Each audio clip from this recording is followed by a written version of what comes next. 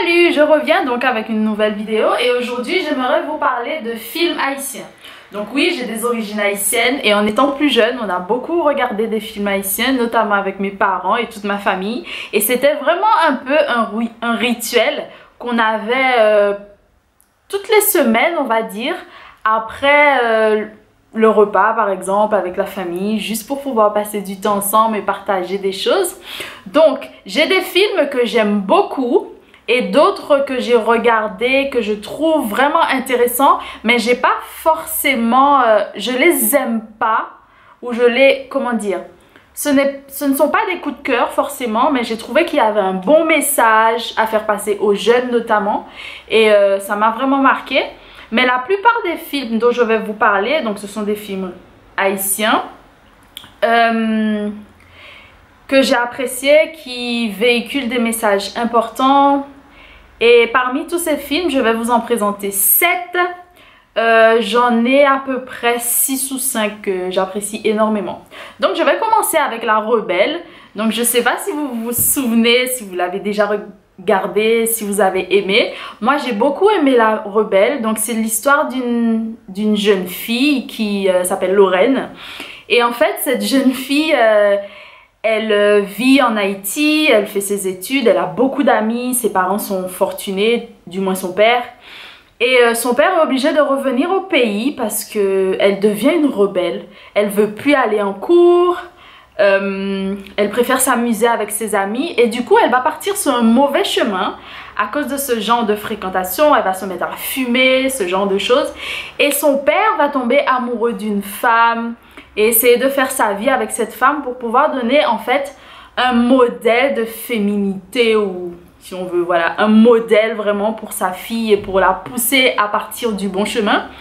Mais je ne vais pas vous dire si ça va vraiment fonctionner ou si ça a vraiment fonctionné. Je vous laisse aller regarder bien sûr si vous voulez. Et si vous l'avez vu, donnez-moi tout simplement votre avis. Donc moi j'ai aimé ce film parce que j'ai vu un peu dans cette étudiante, jeune femme, je me suis identifiée à ce personnage parce qu'elle était rebelle, voilà. Donc je me suis dit que voilà, elle fait un peu ce qu'elle veut, elle répond à son père, etc. Et je me suis dit, ben, à ce moment, je pense, j'étais peut-être comme ça et je me suis dit, ben, ouais, Lorraine, elle me ressemble, on se ressemble, ou on a toute une période où on est comme ça, où on se rebelle un peu contre ses parents, ses amis, la loi ou tout ce qu'on veut. Et du coup, je pense que c'est ça qui m'a permis de m'identifier à son personnage. Et j'ai vraiment apprécié ce film. Tout le monde n'a pas forcément apprécié, mais moi j'ai apprécié. Le deuxième film dont j'aimerais vous parler, c'est Le Président a-t-il le sida? Donc c'est un film avec Jimmy Jean-Louis. Je ne sais pas si vous le connaissez, mais c'est The Haitian dans Heroes. Et Jessica Généus. Donc c'est l'histoire d'un artiste très connu, donc joué par Jimmy Jean-Louis, qui se permet d'avoir des relations avec beaucoup de femmes, etc. parce qu'il est célèbre, parce qu'il a de l'argent, parce qu'il peut se le permettre. Et en fait, il ignore qu'à cette période, donc la période qu'on connaît un peu tous, parce que c'est une maladie qui est là depuis un certain moment, il ignore un peu toutes les maladies qui sont là, qui peuvent toucher tout le monde si on ne fait pas attention, si on ne refuse pas certaines choses. Et du coup, il ne fait pas attention, tout simplement. Et étant donné qu'il croit à tout ce qui est un peu mystérieux, donc il pense, en pensant au vaudou, etc., il pense que rien ne peut le toucher, surtout pas la maladie, parce que justement, il croit au vaudou, etc. Et puis il y aura donc cette jeune femme qui va arriver, qui va vraiment beaucoup aimer, mais qui va pas réussir à conquérir dans ce sens, parce qu'elle va refuser de se donner à lui, et elle avait raison, parce qu'à la fin, on va découvrir donc qu'il était atteint de la maladie. Et je vous laisse découvrir quand même la fin, parce qu'il y aura encore le revers de la médaille. Parce que voilà, il va y avoir quelque chose quand même qui va se passer entre ces deux personnages. Donc pourquoi j'ai aimé ce film? Parce que je pense que c'est un film qui véhicule des messages importants, les maladies, savoir refuser certaines choses qu'on ne veut pas faire, qu'on ne désire pas faire, et pas parce que les autres l'ont fait que nous, on se sent obligé et qu'on doit le faire. Donc vraiment rester sur sa position, camper sur sa position et dire moi je ne vais pas faire ça, donc je ne vais pas le faire. Même si mes amis, ma meilleure amie, mon meilleur ami ou je ne sais pas qui d'autre l'a fait, moi je n'ai pas envie de le faire, donc je ne le ferai pas. Pour mes raisons à moi, personnelles ou pas, je ne les ferai pas. Donc ça c'est bien et puis ça peut nous éviter vraiment beaucoup de choses, beaucoup de problèmes. Notamment par exemple, je ne sais pas, attraper une maladie, tomber malade, avoir un accident, etc. Donc ça, j'ai trouvé ça bien. Et aussi, bien sûr, informer nos jeunes, ou tout le monde, hein, pas seulement les jeunes, mais je pense qu'il y a certaines personnes qui devraient être plus alertes. Tout le monde, hein, j'inclus vraiment tout le monde, de certaines situations et quelquefois on passe dessus parce qu'on pense que ça va jamais nous arriver ou des choses comme ça. Donc je pense que c'est quelque chose de bien, un film qui a pu faire passer certains messages aux jeunes et bien évidemment les toucher, leur permettre de réfléchir à ce qui est, je dirais pas forcément bien parce qu'on va entrer dans tout ce qui est moral, bien, mal, etc. Mais de faire attention à certaines choses, surtout, et réfléchir aux conséquences de certains actes. Donc c'est pour ça que j'ai vraiment aimé ce film et puis parce que je pense que j'aime beaucoup l'acteur, donc ça a un peu joué en la faveur du film. Le troisième film que j'ai regardé avec les mêmes acteurs en personnages, en tant qu'acteurs, les acteurs principaux, voilà. Jimmy Jean-Louis et Jessica Généus. Donc c'est Cousine, que beaucoup de personnes ont aimé. Alors c'est l'histoire d'une fille qui se retrouve livrée à elle-même après le départ et le décès de sa famille, notamment de son père qui est à l'étranger. Donc elle n'a pas de famille vraiment qui peut l'aider, que ce soit du côté de son père ou de sa mère. Donc elle ne sait plus quoi faire. Elle ne peut plus aller à l'école parce que l'école est payante en Haïti. Elle se retrouve vraiment livrée à elle-même. En tant que jeune femme, elle ne sait pas quoi faire. Et puis un jour, il y a une amie qui propose de l'héberger. Et puis voilà, elle est chez son amie. Ça se passe bien au départ. Mais bien sûr, il faut qu'elle soit qu'elle cotise ou qu'elle trouve un endroit à elle pour vivre. Du coup... elle voit des hommes défiler chez son amie, donc on se pose tous cette question, qu'est-ce qu'elle fait vraiment comme métier, jusqu'au jour où sa copine tombe malade et qu'elle doit trouver de l'argent, parce que oui, les hôpitaux, il faut payer, pour soigner son amie. Donc elle se retrouve à être, voilà, une simple... Elle vend son charme, ses charmes, pour pouvoir... aider son amie qui est en difficulté à l'hôpital, qui est très malade. Et du coup, elle se retrouve à faire ça une fois c'est vrai, la fois de trop, c'est vrai, mais elle doit le faire pour aider son amie. À la fin, elle trouve donc un homme qui est plus âgé qu'elle, qui aimerait vraiment faire sa vie avec elle, etc. Elle ne veut pas forcément parce qu'elle a un petit ami, etc., qui est de son âge, qu'elle aime beaucoup. Mais à cause de ses moyens financiers, elle se dit peut-être que c'est la seule solution que j'ai. Partir avec quelqu'un, me mettre avec quelqu'un qui a plus d'argent, qui pourra m'aider, qui pourra subvenir à mes besoins parce que j'ai besoin de vivre, c'est la chose la plus importante à faire. Donc elle se dit que moi je dois faire ça pour me sauver bien sûr. Donc elle pense qu'il faut faire ça. Fort heureusement, ce cher monsieur qui est joué par Jimmy Jean-Louis, c'était l'ami de son père à l'étranger. Donc du coup, en connaissant cette situation, elle ne le sait pas, mais le monsieur le sait. Le monsieur va finalement lui donner sa chance en la laissant partir avec celui qu'elle aime. Et bien sûr, je vous laisse quand même aller regarder.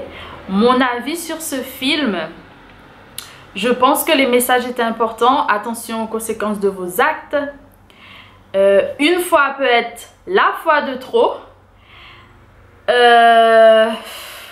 Et puis je pense que moi, je n'ai pas beaucoup aimé parce que la situation était tendue pour moi en tant que décision à prendre, etc. Mais ce sont des choses qui peuvent arriver à tout le monde. On se retrouve quelquefois dans des situations bien compliquées et on ne sait pas comment en sortir. Et la plupart du temps, on se dit que il y a une solution que je ne veux pas, mais c'est peut-être la seule que je devrais prendre parce qu'on dit quelquefois que c'est la plus facile. Ce n'est pas forcément la plus facile, mais peut-être que c'est celle qui nous est la plus proche, la plus accessible. Donc on pense à ça immédiatement.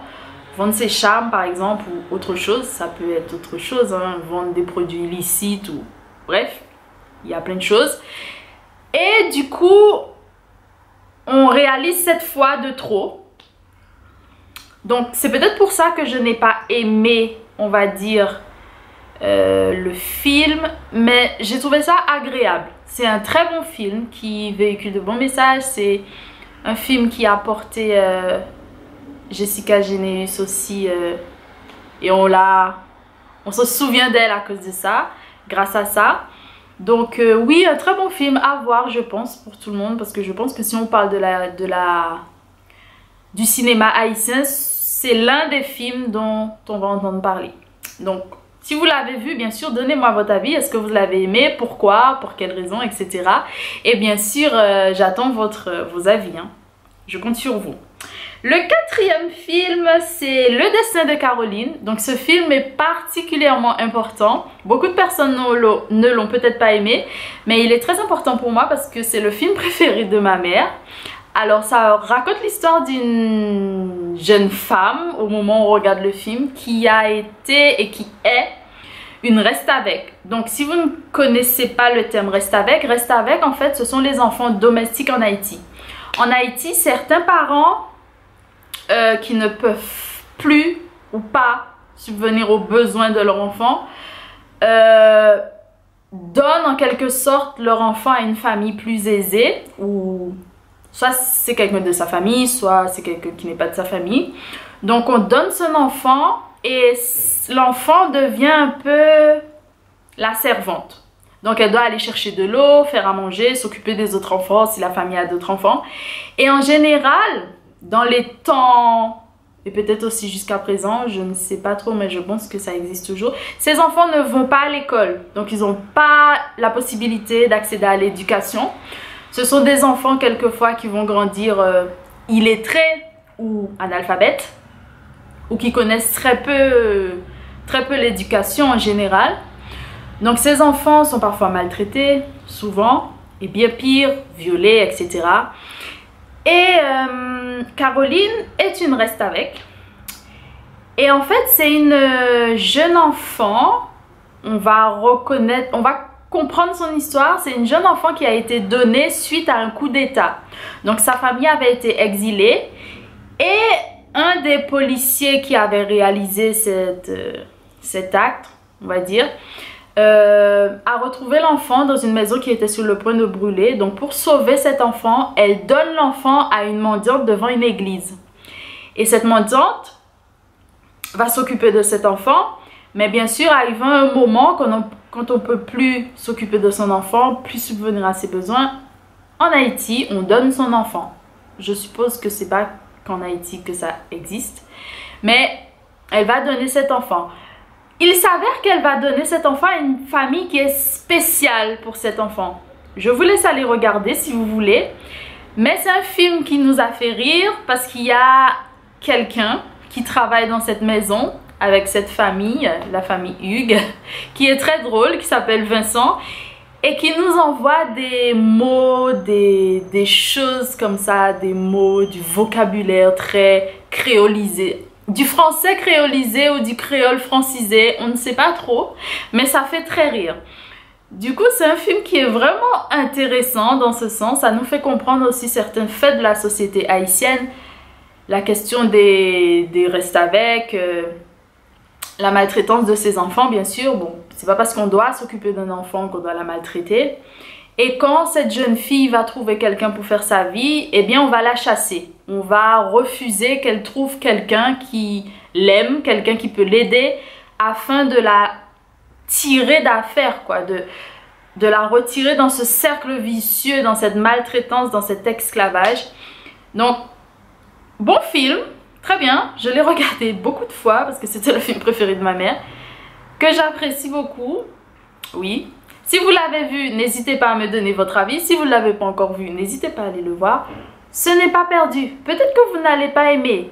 C'est vrai, on ne peut pas tout aimer. Mais ça vaut le coup. Ça vaut le coup. Alors, prochain film, Remo. J'espère que je le dis suffisamment bien avec un accent potable. Alors, Remo, c'est un film qui a eu 3 ou 4 volets. En tout cas, je crois qu'il y en a 3, c'est sûr. Et qui avait soi-disant un 4e en préparation. Je ne sais pas ce qu'il y en est en ce moment parce que je ne regarde pas beaucoup de films en ce moment, c'est vrai. Encore moins des films haïtiens. Donc, Remo, c'est un film qui parle d'une jeune fille qui est sortie au pays, en Haïti, et qui vient dans ce qu'on appelle pays étranger. Pays étranger, ici, c'est pas la France, c'est pas la Guadeloupe, les États-Unis, et je crois bien que c'est Miami. Alors, une fois qu'elle arrive à Miami, l'arrivée dans pays étranger, elle se retrouve chez une amie. Cette amie va la tolérer pendant quelques temps, mais parce qu'elle a des pratiques haïtiennes, donc faire à manger tous les jours, nettoyer tous les jours, etc., qui ne se perpétue pas une fois qu'on arrive aux États-Unis ou dans un autre pays étranger. Son ami va lui dire, ben, il faut que tu dégages en gros parce que moi je ne peux pas subir ce genre de choses. Tu peux pas faire à manger tous les jours parce que ça coûte cher, il faut payer le gaz, l'électricité, etc. Et tu es là toute la journée, tu travailles pas. Qu'est-ce que tu vas faire de ta vie? Il faut vraiment que tu cherches quelque chose, quoi. Il faut que tu cherches soit un travail ou que tu trouves une maison. En gros, débrouille-toi. Et bien un jour, pendant que le jardinier qui s'appelle Péjoge s'occupe du jardin, l'ami met cette jeune fille qui s'appelle... Donc Marie, ne sachant pas où aller, elle pleure, elle se retrouve à la rue, ses affaires dehors, qu'est-ce qu'elle fait? Donc le jardinier va proposer de l'héberger et c'est comme ça qu'elle se retrouve chez ce Péjoge. Tous les jours, donc, elle va se réveiller, faire à manger, nettoyer la maison. Donc, c'est une attention particulière pour Péjoge qui a perdu sa femme depuis quelques années et qui désire refaire sa vie parce que finalement, il est toujours seul. Il doit s'occuper de son repas, de ses vêtements, de la maison. Et ça, c'est une charge un peu... c'est un peu encombrant pour lui. Donc, il a besoin de quelqu'un d'autre, une femme notamment, pour pouvoir s'occuper de ce genre de choses. Donc, Marie est là et il se dit que, ben voilà, c'est elle... Je veux bien qu'elle soit, voilà quoi, ma femme, ma future femme. Marie, ne sachant pas quoi faire, elle dit oui. Donc, elle est là, avec Péjoge. Elle va à l'école, ils s'entendent très bien, elle lui achète une voiture, etc. Tout va bien. Jusqu'au moment où une amie va lui dire, mais tu ne peux pas être avec un vieillard comme ça, tu es jeune, tu es belle.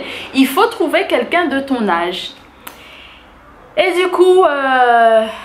elle dit ok, oui c'est vrai parce qu'un vieil homme qui vient me chercher comme ça à l'école, on aurait dit ton père. Il faut que je trouve quelqu'un de mon âge.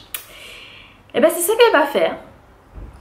Et je vous laisse découvrir la suite. Si vous avez vu, vous savez ce qui s'est passé.